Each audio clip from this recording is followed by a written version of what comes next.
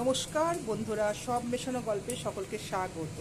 আজকে আমি সকালের টিফিনের জন্য আমি কাবলি ছোলার ঘুগনি করছি।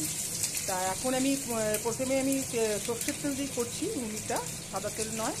এবং এর মধ্যে আমি প্রথমে শুকনো লঙ্কা ফোড়ন দিয়ে দিয়েছি, কাঁচা লঙ্কা, তারপরে আমি এখন পেঁয়াজ দিলাম।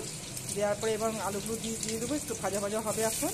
আর এটা পুরোপুরি একদম কাঁচা লঙ্কা দিয়েই করবো এই ঘুগনিটা, যেহেতু সকালে একটা টিফিন খুব হালকা খাওয়ার জন্য, ওই জন্য আমি বেশি রিচ করবো না। যদিও আমি মোটামুটি আমার সব রান্নাই, আমি তো এর আগে আপনাদের দেখিয়েছি, আমার সব রান্না করে আমি রিচ কোনো রান্নাই করি না। আমি যত কম মশলাপাতি দিয়ে করা যায় আমি সেগুলোই করি। তা এখন আমি সেই মশলাটা, যখন আমি সেই মশলা দেওয়া হয় সেগুলো আমি আপনাদের দেখাচ্ছি কী কী এর মধ্যে দেওয়া হচ্ছে। এখন এই তো হয়ে গেল। আমি এখন গ্যাসটাকে ছোটো করে, যেহেতু গ্যাসটা বেশ আগুনটা অনেকটা বেড়ে গেছিলো, এখন পুরো লেগে যাবে না। তো এখন আমি খুন্তি দিয়ে এখন এগুলো নাড়াচাড়া করবো।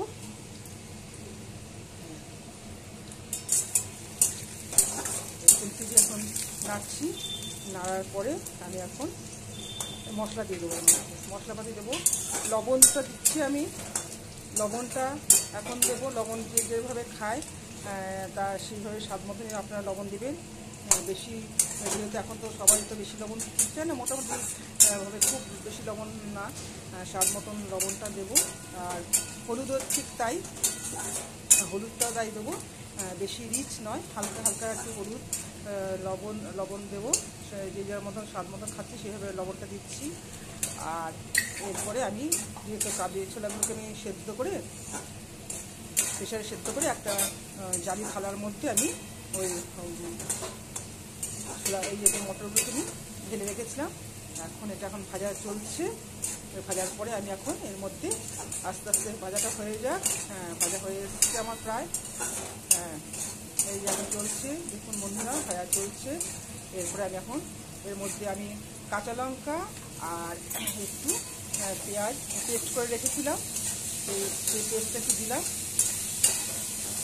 যেন একটু খেতে একটু বেশি টেস্ট হয়। যদি আমি ওটা বেশি দিইনি, তারপরে হালকাভাবে একটু আমি শুকনো লঙ্কা একদম হালকা দিয়েছি, যেন যেহেতু কাঁচা লঙ্কা তো এখন সেরকম ঝাল হয় না, ওই জন্যই আমি হালকা করে একটা আমি শুকনো লঙ্কা গুঁড়ো আমি দিয়েছি।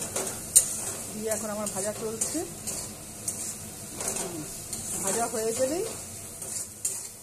ভাজা হয়ে গেলেই আমি আমার যে মটর শাকটাকে আমি সেদ্ধ করে রেখেছিলাম, সেই মটরটা আমি দিয়ে দেবো। এবং গ্যাসটাকেও একদম ফুলেই রেখেছি, গ্যাসের আগুনটাকে একটু ঝাঁঝ বেরিয়েছে। এখন চলছে আমার ভাজাভাজি পর্ব। একটু না ভাজলে কেন কাঁচা কাঁচা একটু গন্ধ করবে, ওই জন্যই আমি একটু ভাজতে যাচ্ছি।